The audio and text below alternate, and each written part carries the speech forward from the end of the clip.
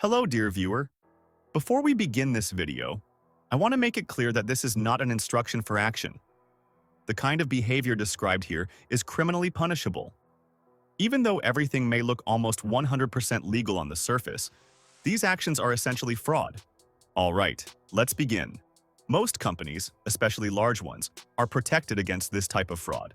Some entrepreneurs avoid it by intuition alone, but younger or inexperienced ones are likely to fall into this small trap.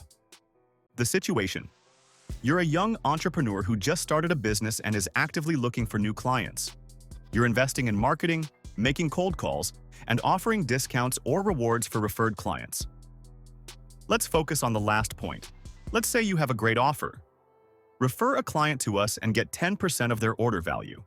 It's a win-win offer for everyone, including fraudsters.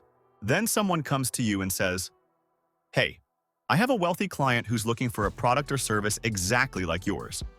What percentage of the deal would I get if I bring them to you?" You name a reasonable percentage that works for both sides. Naturally, this kind of reward is only paid once the contract is signed and a down payment has been made. In reality, this means the reward is paid out of the client's own prepayment, not your personal funds. So it's a total win-win situation, right? You sign a contract with the client, for example, for services or product manufacturing. The client makes a 30% down payment, and from that, you give 10% as a commission to the person who brought the client. You begin working actively with your new client, discussing materials, design options, timelines, etc. At first, everything goes great. The large scope of the order requires time and discussion. Initially, the client quickly answers all your questions. But over time, the client becomes slower in responding. For instance, when it's time to finalize the design of expensive custom-made furniture for their entire home, the client keeps changing their requirements. On the one hand, this is understandable. This is expensive furniture, and the client wants a home that truly matches their taste. So, you patiently accommodate them, as any reasonable professional would. Eventually, the design is approved. Now it's time to set manufacturing and delivery dates. Here again, the client starts delaying responses. Or they say things like, "I'm going on a business trip," or "The builders haven't finished their work," or "Another company owes me money, so I'm short on cash right now." and finally, the client tells you, "Listen, Mike, you're a great guy, but I've decided to cancel the order. I changed my mind." You're understandably shocked. You've spent 1 or 2 months working with this person, and now, nothing. But there's nothing you can do, and you accept it. Then the client says, "Mike, when can I get my initial down payment back?" now you have two options. First, you refund the prepayment immediately. Second, you get a little irritated and tell your former client that the money will stay with you as compensation for your work, such as the time spent developing the design. This may feel bold, but somewhat fair. However, the client could respond, "Mike, you're a nice guy, but don't try to pocket my money. I should pay for a design I don't even like? I'll take you to court. Any lawyer will prove that I don't owe anything for a service I didn't like and never received. And I don't like this design." Now, instead of design, you could substitute any other term: product, consultation, project, service, etc. And you know what? Psychology is tricky. As an inexperienced entrepreneur, you'll likely give the money back because you don't want any legal trouble. After all, the only thing you really lost was your time. Even as an experienced entrepreneur, you might still refund the money, because there's no guarantee you'll win in court, and legal proceedings will drain a lot of your time. Now here's the kicker. You decide to return the client's money, but then a logical question arises. Which part of it? Do you return the full amount, or do you deduct the 10% you already paid to the person who referred the client? You go with the second option and tell your now ex-client, "Here's your deposit, minus the 10% commission I paid to the person who referred you." Naturally, he reply, "Mike, what are you talking about? I don't even know that guy. He just gave me your number, that's it.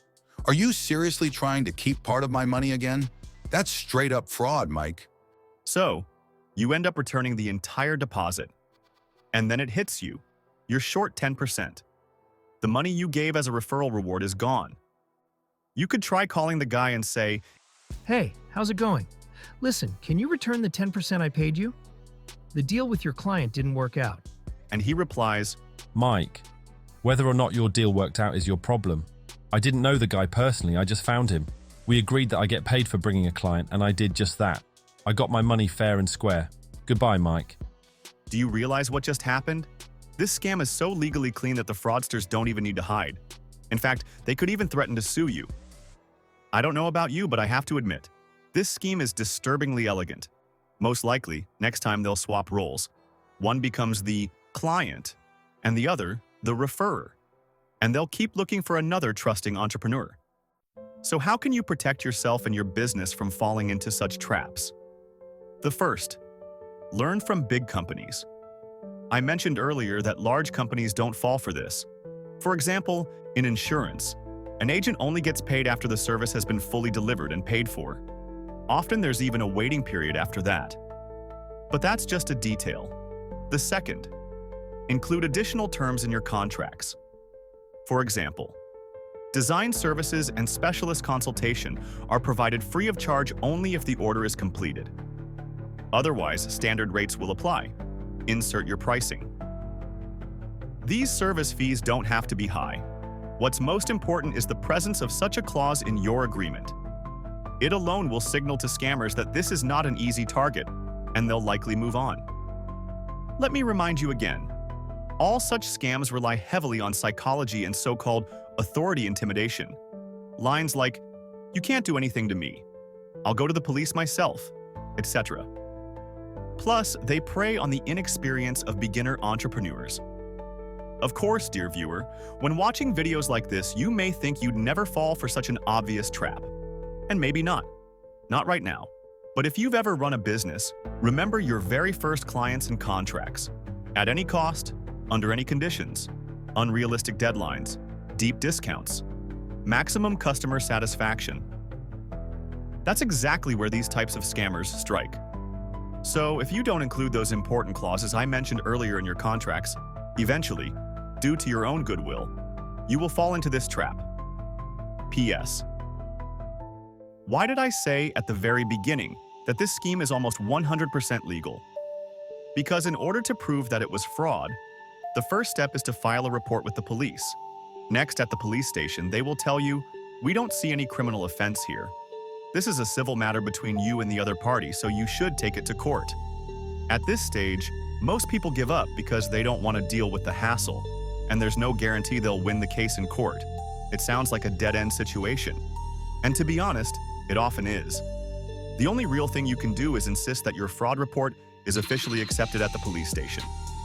The police will reluctantly accept it, but will likely tell you right away that the case will be closed in a couple of months. However, if a second or third persistent person comes forward and also insists on filing a report, a pattern may begin to emerge when the reports are reviewed. As a result, the case can be reclassified as a criminal matter instead of a civil one. As the saying goes, greed ruins everything, and sooner or later, scammers get caught when these kinds of schemes begin to surface on a larger scale. I hope this video was useful and interesting for you. If so, don't forget to subscribe, and most importantly, share your opinion in the comments about this video's topic. Thanks for watching.